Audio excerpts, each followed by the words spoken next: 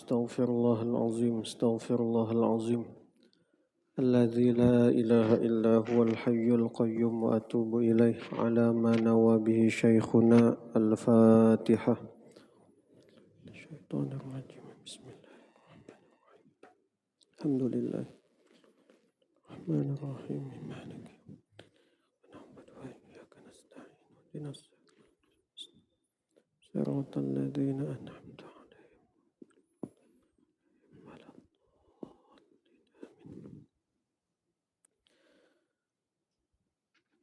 Assalamualaikum warahmatullahi wabarakatuh. Bismillah, alhamdulillah. Wassalatu wassalamu ala rasulillah Sayyidina wa maulana Muhammad ibn Abdullah wa ala alihi wa ashabihi wa man walah. Rabbi syrah li sadri wa yassir li amri wahlul 'uqdatam min lisani yafqahu qawli. Rabbi yassir wa la tu'assir, Rabbi tammim bil khair. Alhamdulillah, segala puji kita panjatkan sebanyak-banyaknya kepada Allah Subhanahu wa ta'ala atas limpahan karunia dan nikmatnya kepada kita, sehingga Allah izinkan kita untuk bisa berhadir dalam keadaan sehat walafiat. Salawat serta salam kita haturkan kepada baginda Nabi Muhammad sallallahu alaihi wasallam dan juga kepada keluarga beliau, anak cucu beliau, sahabat-sahabat beliau, dan orang-orang yang mau berjuang di jalan beliau. Bapak Ibu sekalian yang dimuliakan oleh Allah, melanjutkan tentang kajian sebelumnya mengenai mahram. Kalau pertemuan sebelumnya telah kita ketahui siapa-siapa mahram kita, ada yang mahram karena sedarah, senasab, ada yang mahram karena susuan, ada juga yang mahram karena pernikahan.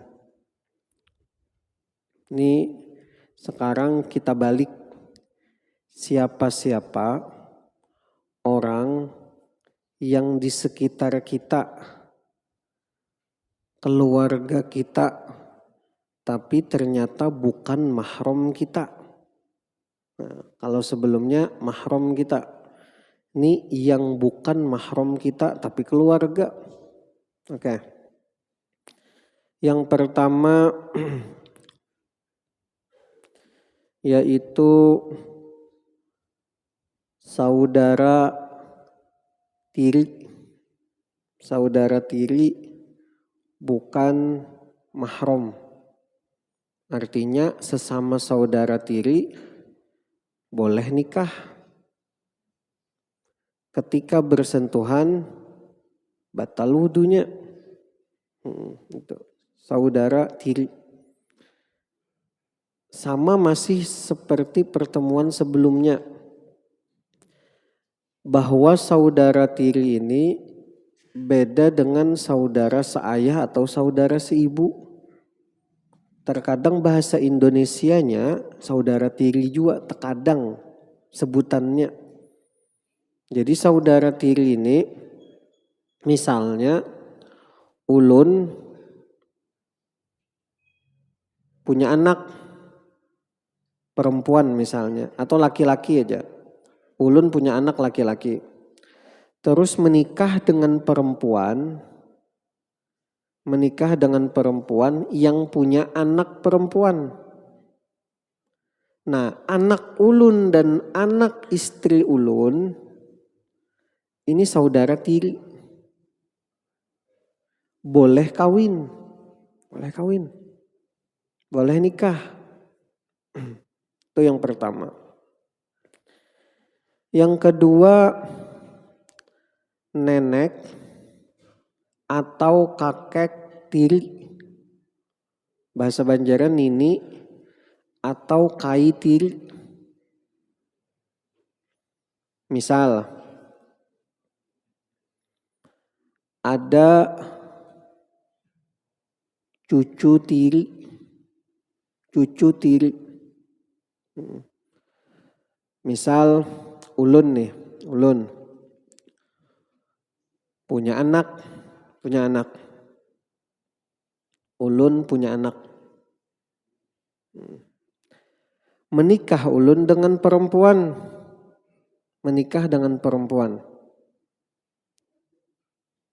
Oke. Orang tua dari perempuan itu, orang tua dari istri ulun tadi, itu nenek tiri. Ya kah? Nenek tiri atau kakek tiri.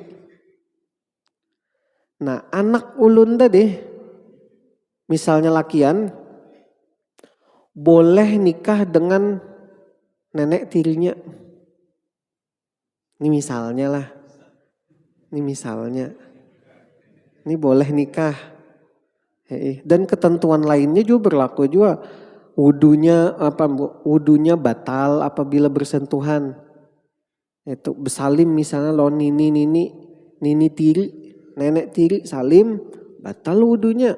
Baik wudu nininya ataupun wudu si cucunya. Atau sebaliknya, cucunya perempuan, anak ulun misalnya perempuan. Ayahnya istri ulun hendak menikahi anak ulun. Misalnya yang perempuan tadi, boleh lah, boleh. Jadi karena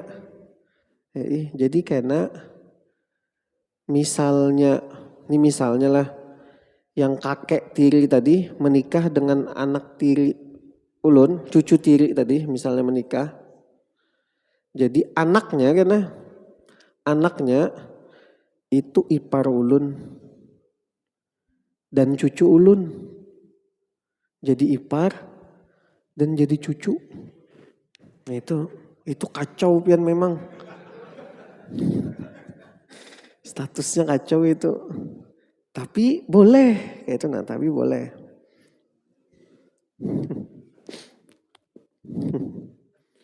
Itu 2. Kemudian paman atau bibi tiri. Ini pokoknya yang tiri-tiri ya semuanya lah.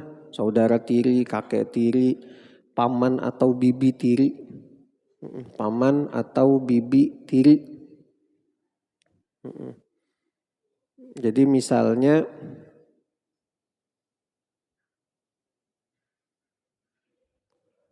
ulun menikah, ulun punya anak. Menikah dengan perempuan, wanita. Menikah. Istri ulun punya saudara atau saudari. Istri ulun punya saudara atau saudari. Jatuhnya kan saudara atau saudari dari istri ulun itu paman atau bibi oleh anak ulun, anak bawaan tadi. Anak ulun. Nah, anak ulun boleh menikah dengan saudara atau saudari dari istri ulun itu. Lain mamanya lah, lain mama kandungnya lain. Ini istri ulun. Istri acil, bahasanya kita semuanya acil. Tapi acilnya acil tiri, bahasanya acil tiri itu boleh. Kalau acil kandung, paman kandung, bibi kandung, itu kada boleh dinikahi. Kada boleh. Itu. Tapi apabila tiri, paman, bibi, tiri, itu boleh dinikahi. Oke, kemudian yang keempat, sepupu. Pokoknya sepupu sekali, kedua kali, ketiga kali, keempat kali, kelima kali, ke sampai 100 kali itu boleh dinikahi. Boleh dinikahi sepupu. Sepupu itu anak paman kita, atau anak bibi kita, itu sepupu. Itu boleh nikah, dan hukum-hukum lainnya nanti akan kita bahas. Hukum-hukum yang berkaitan dengan mahram, sepupu. Walaupun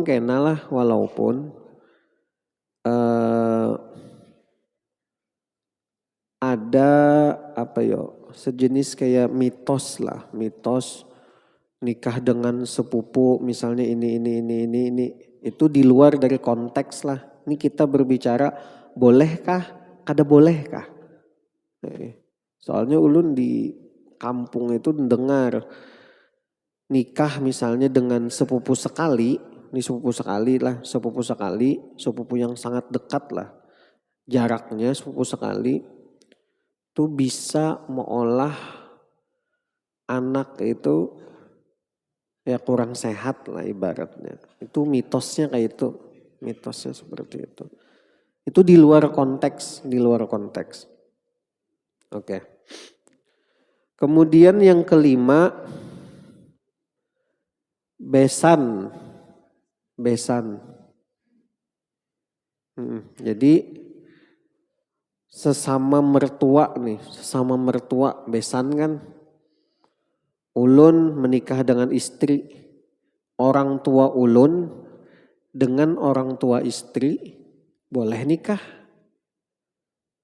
Ulun nikah dengan istri ulun. Orang tua ulun dengan orang tua istri boleh nikah. Boleh nikah.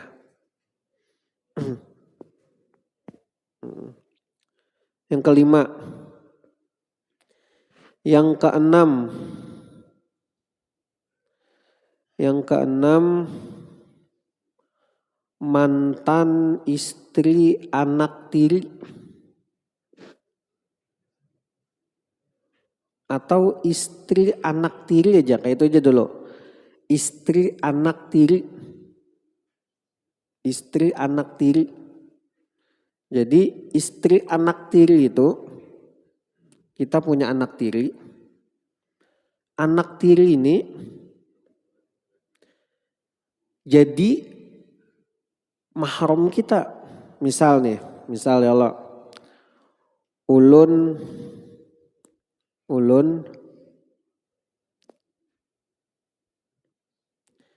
menikah dengan perempuan.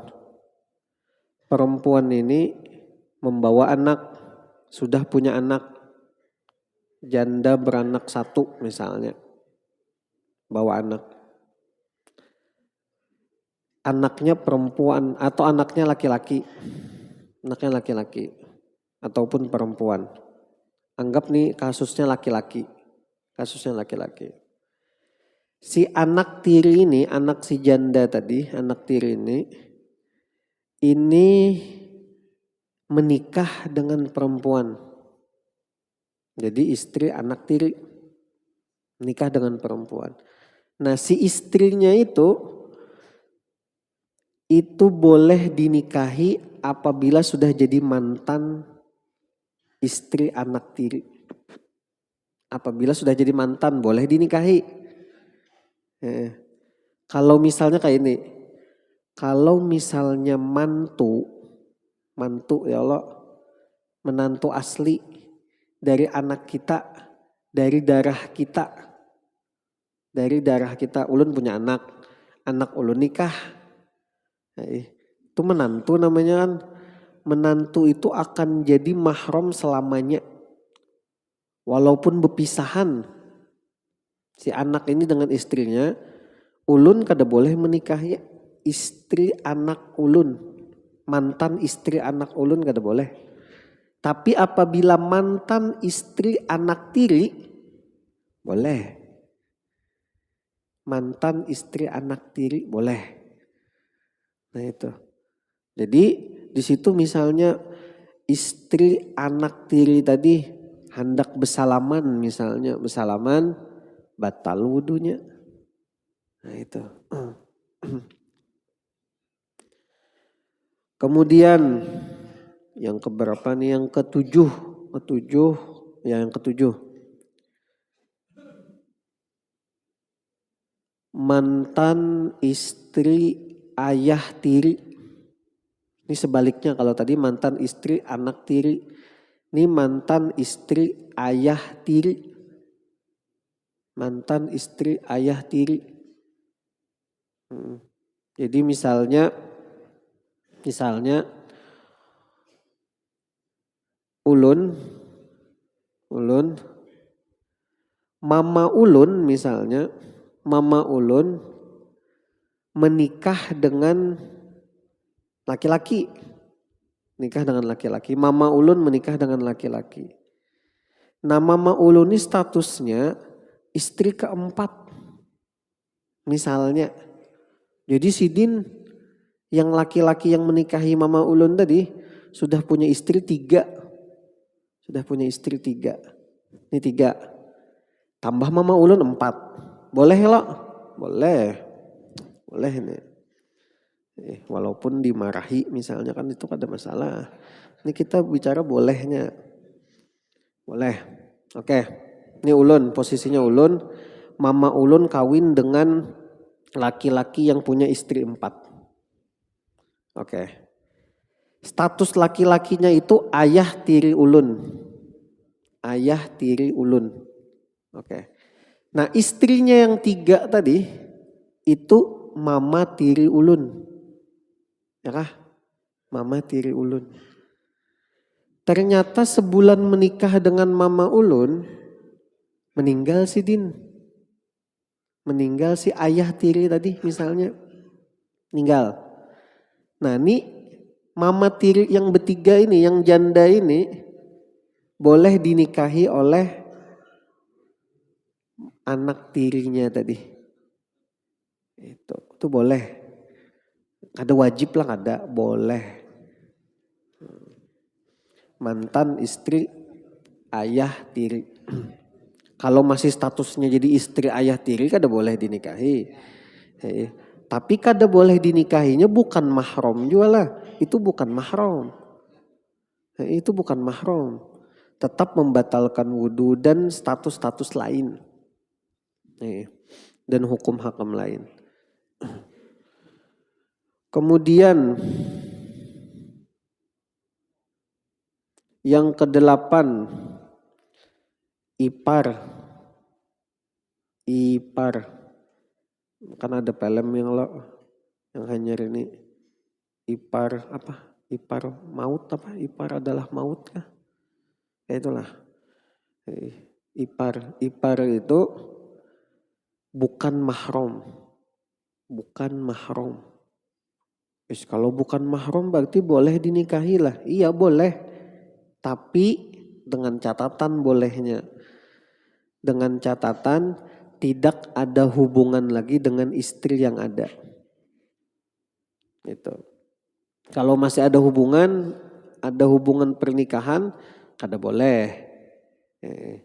Tapi apabila sudah tidak ada hubungan, boleh menikah dengan ipar tadi. Kemudian bibi atau paman, bibi aja, bibi dari istri. Bibi dari istri. Ulun menikah dengan istri.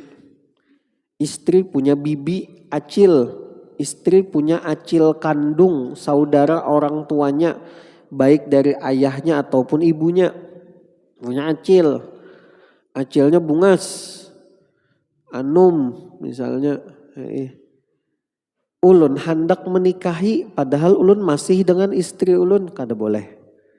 Kada boleh. Tapi apabila sudah tidak ada hubungan dengan istri, ulun, maka ulun boleh menikahi si acil tadi. Itu, acil istri. Acil istri. Maka acil istri itu bukan mahram.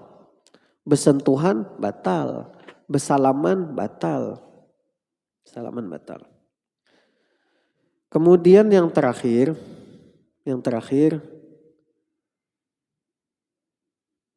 mantan istri paman atau istri paman kita. Acil juga bahasanya. Nah ini kelemahan bahasa kita itu sama semuanya. Acil tiri ya acil juga. Istri paman ya acil juga. Padahal kalau bahasa Arab tuh dipisahnya, dibeda-beda-akannya. Yang mana yang mahram, yang mana yang kada mahram, beda-beda anunya apa? Panggilannya. Beda-beda panggilannya. Seperti itu. Jadi ini mantan istri paman. Jadi istri paman misalnya kayak ini. Ulun lakian punya paman saudara dari abah ulun atau saudara dari mama ulun. Sama aja statusnya nih paman. Pokoknya saudara dari abah, saudara dari ibu, baik sekandung, seayah, seibu. Nah, saudara orang tua, paman. Pamannya menikah dengan perempuan. Nah, status istri paman tadi itu bukan mahram. Bukan mahram. Bukan mahram artinya ketika sudah jadi mantan istri paman boleh dinikahi dan hukum hakam yang lainnya. Nah, itu 10 kriteria termasuk keluarga kita yang bukan mahram kita. Itu pang yang ulun tetamu lah di kitab. Malam tadi merumus ulun. Itu yang tetamu di kitab dan tetamu yang ulun pikirakan. Bisa juga ada lagi, wallahu alam. Cuman itu 10 dulu. Oke. Kemudian apa kaitannya hukum hakam yang terkait dengan mahram tadi? Oke. Yang pertama nikah.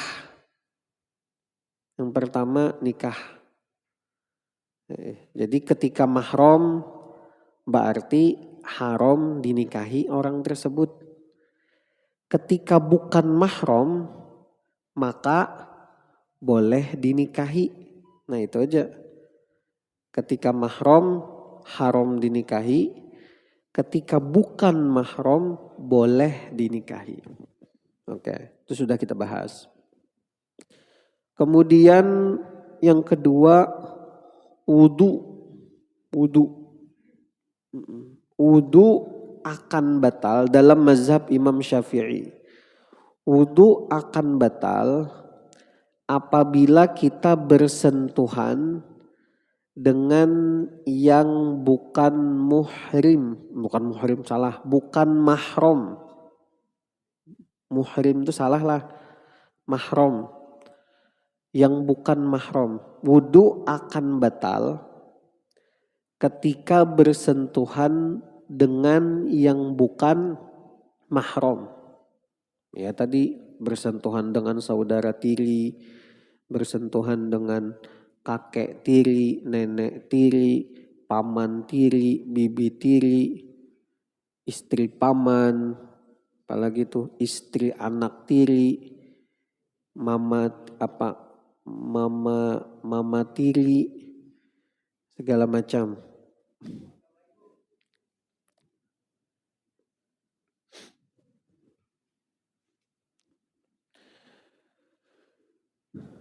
Wudu, yang kedua wudu. Yang ketiga kaitannya dengan aurat. Jadi aurat rasanya pertemuan sebelumnya sudah ulun bahas. Kita ulangi sedikit aurat. Aurat perempuan di hadapan, kita ulang dari awal. Aurat perempuan ketika sholat dan ketika di hadapan orang yang bukan muhrim itu sama. Seluruh tubuh kecuali telapak tangan dan wajah. Ada juga yang mengatakan tangan nih sampai sininya boleh. Ada juga pendapat. Cuman pendapat yang terkuat telapak tangan aja.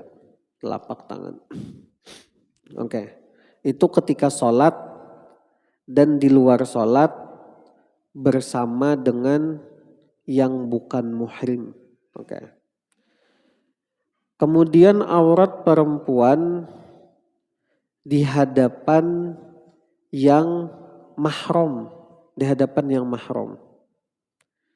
Itu dari pusat sampai lutut. Aurat perempuan yang mahram dengan yang mahram itu dari pusat sampai lutut. Ulangi, aurat perempuan dengan orang yang mahram dan sesama perempuan. Sama perempuan. Itu dari pusat sampai lutut. Kemudian aurat perempuan di hadapan suaminya itu tanpa batasan. Tanpa batasan. Oke. Kemudian laki-laki. Laki-laki auratnya ketika di hadapan yang bukan mahram, laki-laki di hadapan yang bukan mahram itu seluruh tubuh juga kecuali wajah dan tangan, telapak tangan sama di hadapan yang bukan mahram. Satu, itu laki-laki.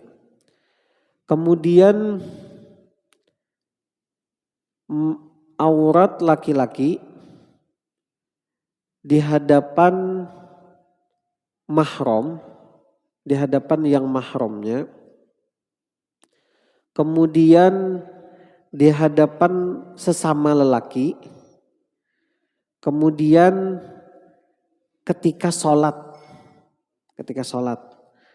Itu batasan auratnya dari pusat sampai lutut. Batasan auratnya dari pusat sampai lutut. Kemudian auratnya di hadapan istrinya tanpa batasan. Kemudian hukum yang keempat yang berkaitan dengan mahram yaitu khalwat. Artinya berdua-duaan dengan yang bukan mahram itu dilarang, diharamkan. Misalnya dengan saudari tiri. Itu kada boleh berdua-duaan. Berdua-duaan di mobil misalnya kada boleh. Harus ada mahram lain yang mendampingi. Bepergian berdua, ini saudara juga, oh kada boleh. Ini saudara tiri nih, kada boleh. Kada boleh. Khalwat jatuhnya, hukumnya khalwat, berdua-duaan. Oke, khalwat. Terus yang kelima,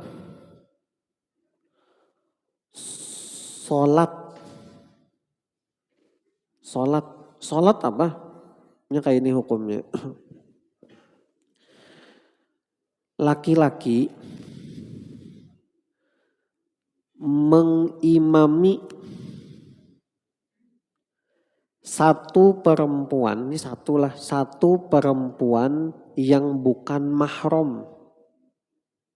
Laki-laki mengimami satu perempuan yang bukan mahram. Ini hukumnya minimal makruh. Minimal. Tapi makruhnya bahasanya makruh tahrimiyah. Makruh yang sangat-sangat dijauhi. Makruh yang kalau bisa jangan dikerjakan. Nah itu makruh tahrimiyah namanya. Itu pendapat yang pertama. Pendapat yang kedua mengatakan haram. Haram. Jadi laki-laki mengimami satu perempuan yang bukan mahram. Itu makruh minimal hukumnya. Ada juga ulama yang mengatakan haram. Haram. Jadi misalnya nih saudara tiri nih. Saudara tiri. Satu laki-laki, satu perempuan. Sholat berjamaah. Sholat berjamaah. Bagus saja sholat berjamaah. Cuman tersalah. Maka apa? Haram. Minimal makruh. Seperti itu. Minimal makruh. Itu sholat. Misalnya perempuannya yang bukan mahram berdua bang, bertiga bang, 100 bang. Wah itu kan ada masalah lagi dah. Kada makruh lagi, kada haram lagi. Ini apabila yang statusnya jadinya berduaan. Berduaan walaupun dalam sholat berduaan bukan mahram bermasalah juga. Dalam sholatnya bermasalah ya Allah. Apalagi yang kada sholat. Apalagi yang kada sholat. Yang sholat aja ada masalah hukumnya. Oke. Kemudian yang keenam. Safar. Melakukan perjalanan di atas 80 macam-macam pendapat. Ada 80 kilo, 82, 83, ada 85 macam-macam pendapat. Ya 85 lah dibanyakan. Di atas perjalanan 85 kilometer. Itu si perempuan wajib dengan mahram menurut mazhab Syafi'i yang terkuat. Menurut pendapat yang terkuat mazhab Imam Syafi'i, perempuan harus apabila bepergian jauh sejauh 85 km lebih maka harus dengan mahram. Tapi ada pendapat yang kedua yang mengatakan boleh tanpa mahram dengan catatan, dengan syarat satu perjalanannya aman. Dua, ada perempuan lain yang menemani. Jadi misalnya perempuan nih, perempuan bahaji. Mahramnya gak ada, suaminya pun gak ada. Suaminya gak ada. Tapi dalam bahaji ada aja jamaah perempuannya. Jamaah perempuan lain. Maka boleh si perempuan tadi berangkat haji. Boleh berangkat haji, apalagi kan sekarang kan perjalanan kita tuh bisa dikatakan aman sudah. Aman. Soalnya kita kan tinggal ke bandara, naik pesawat, turunnya di bandara, habis itu dijemput bis, udah beres sudah. Ibaratnya tuh kalau kayak bahari itu kan pakai unta di jalan itu terkadang banyak kejahatan segala macam. Nah itu yang dihindari. Oke. Kemudian yang ketujuh kaitannya dengan mahram, hukum yang berkaitan dengan mahram yaitu bersalaman.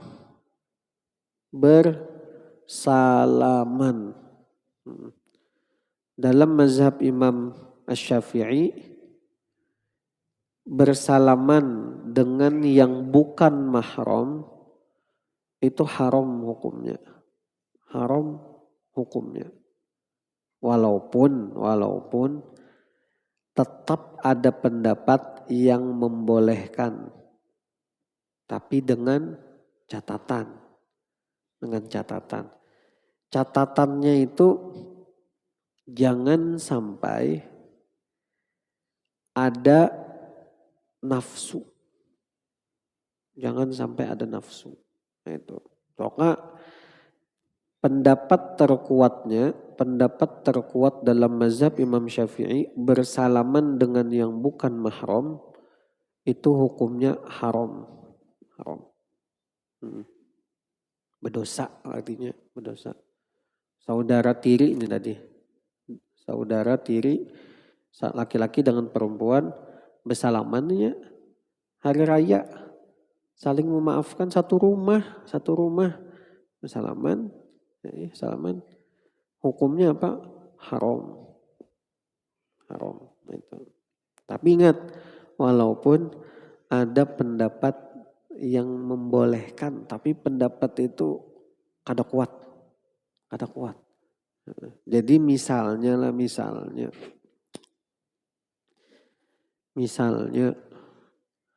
ada ulama yang kebetulan sidin bersalaman dengan bebinian tanpa adanya penghalang kain. Salam bersalaman dengan kain ini kada apa-apa, kada haram. Tapi mun kayak ini haram. Tapi misalnya pian menyaksikan ada ulama yang kayak itu, husnuzon aja. Kalau pina sidin 4 pendapat yang membolehkan satu. Kenapa yang kayak itu? Soalnya ulun menyaksikan beberapa guru ulun di Mesir yang sidin itu bersalaman. Jadi kami belajar hikam. Waktu itu belajar hikam. Nah sidin ini bersalaman dengan murid-murid bebinian. Murid lelakian bersalaman, murid bebinian bersalaman juga. Hati ini kada nyaman melihat. Akhirnya, tapi ulun berdiam aja. Kada wani juga membahas. Akhirnya ternyata ada murid yang lain yang bertakun lawan sidin. Apa hukumnya jar murid yang lain tadi? Apa hukumnya bersalaman dengan yang bukan mahram? Ujar sidin kayak ini.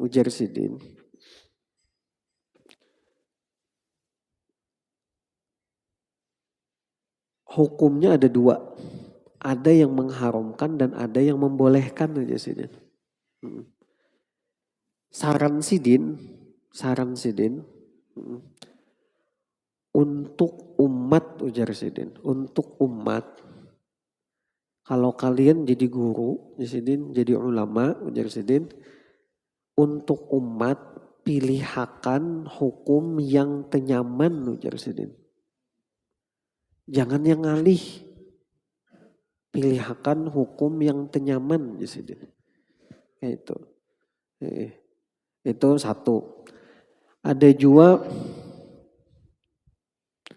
guru kami sidin tuh mufti, ibaratnya tuh ketua MUI pusat lah, mufti Mesir sidin, Profesor Dr. Ali Jum'ah. Jadi suatu ketika murid-murid bebinian itu protes lawan sidin. Nyamannya murid yang lelakian bersalaman lawan pian. Kami kan hendak juga bersalaman. Kayak itu protes murid-murid beginian. Jersidin jangan kadusagin. Tapi tetap hendak nih. Murid-murid beginian nih mengambil berkah guru nih. Oke Jersidin. Tapi sekali ini aja lah Jersidin. Sekali ini aja. Esok-esok jangan lagi Jersidin. Akhirnya Sidin bekalah. Salaman dengan murid-murid perempuan. Itu. Padahal Sidin mufti. Tahu aja Sidin hukum ya Pak. Oke. Kemudian ketiga. Ada Sidin. Muhaddis Sidin. Sahih Bukhari itu hafal Sidin. Sahih Bukhari hafal Sidin dengan sanad-sanadnya. Sidin hanya aja meninggal.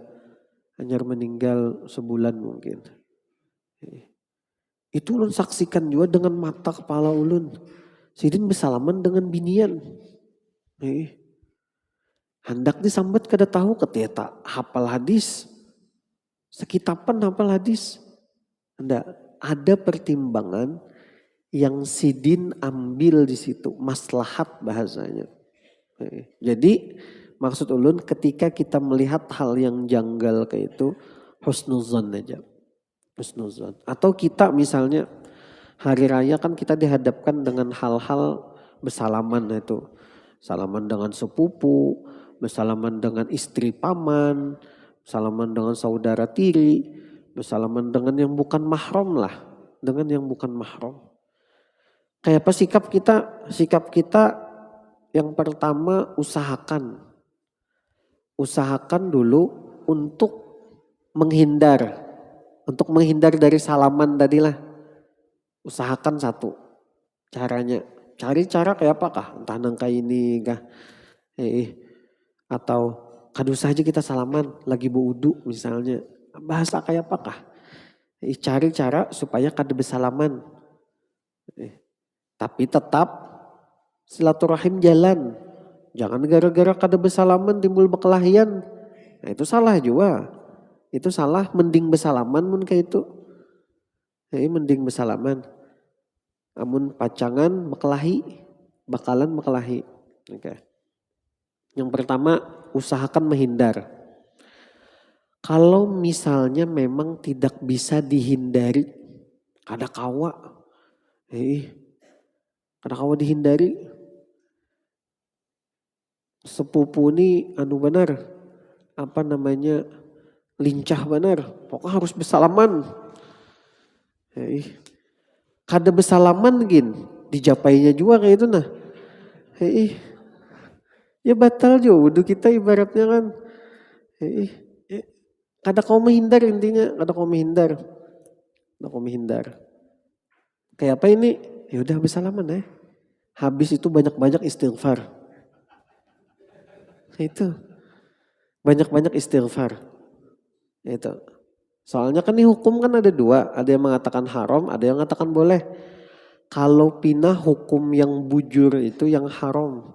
Lalu kita melakukan nih bersalaman akhirnya banyak istighfar ya lagi. Banyak istighfar. Untuk secara hukum jualan ini secara hukum. Cuman kadada maksud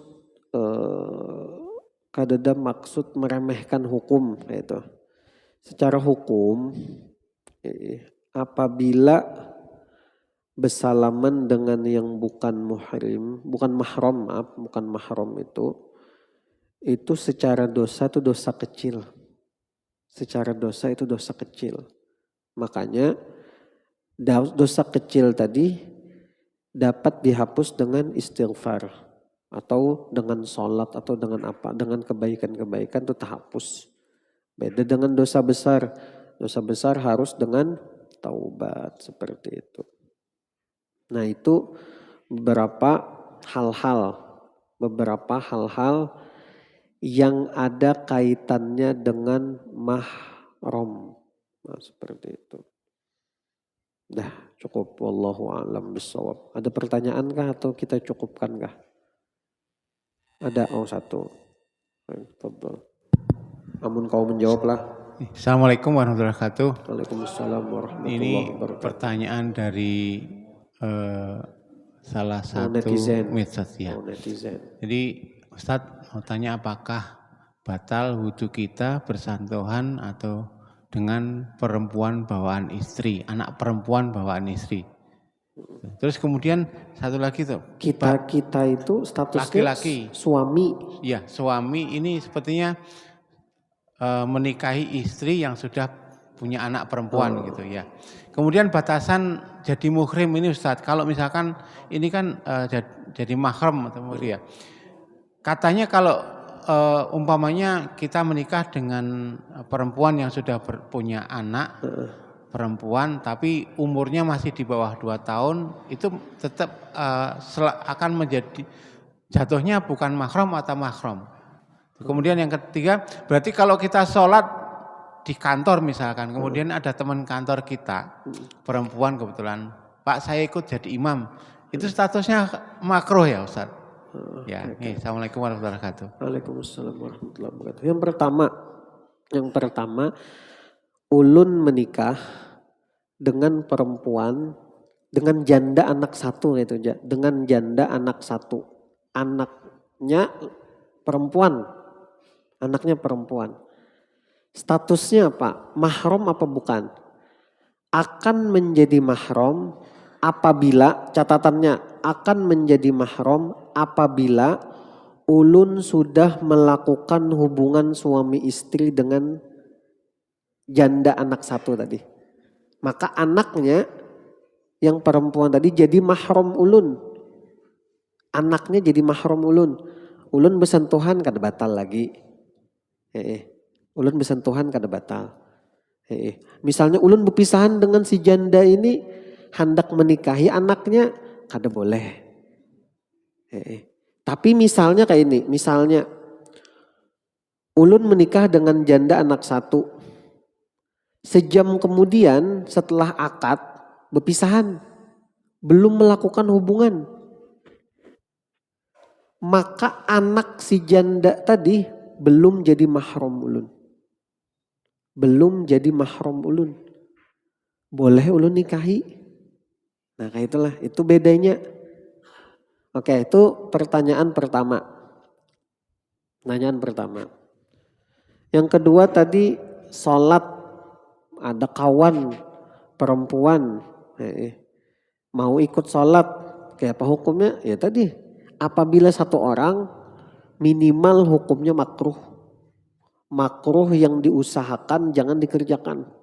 Satu itu minimal. Ada yang mengatakan haram apabila satu aja. Makanya maunya itu dua. Atau ada laki-laki yang lain misalnya. Misalnya laki-lakinya dua, perempuannya satu, itu boleh. Yang penting intinya jangan berduaan lah sholat yang bukan muhrim berduaan. Itu jangan. Ada yang lain ikut di situ, baik laki-laki atau perempuan. Nah itu. Kira-kira itu jawab lah. Ada satu yang mana tadi? Jadi ini mohon maaf, ini yang ketiga pertanyaan Ustaz. Jadi kalau umpamanya anak perempuan lahir dari istri kita, tapi mohon maaf ini karena kejadiannya kecelakaan lah gitu kan. Itu statusnya bagaimana Ustaz? Iya, karena kita sudah melakukan hubungan dengan istri kita. Ini kan anak istri, statusnya kecelakaan ke apakah, pokoknya anak istri. Kita lakukan hubungan dengan istri, maka si anak tadi jadi mahram kita. Itu sama aja. Kecelakaan kah, kada kecelakaan kah. Itulah. Itu. Khair. Ada lagi? Cukup. Wallahu ta'ala alam. Mudah-mudahan Allah ampunkan dosa kita. Kabulkan segala hajat kita, mudahkan segala urusan kita. Mudah-mudahan Allah jadikan kita hidup dalam keadaan beriman, mati pun dalam keadaan beriman, masuk surga bi ghairi hisab bersama Rasulullah sallallahu alaihi wasallam. Ala hadhihi niyyah wa likulli niyatin salihah wa ala ma nawa bihi syekhuna al-Fatihah ila hadratin Nabi. Bismillahirrahmanirrahim. Alhamdulillahirabbil alamin.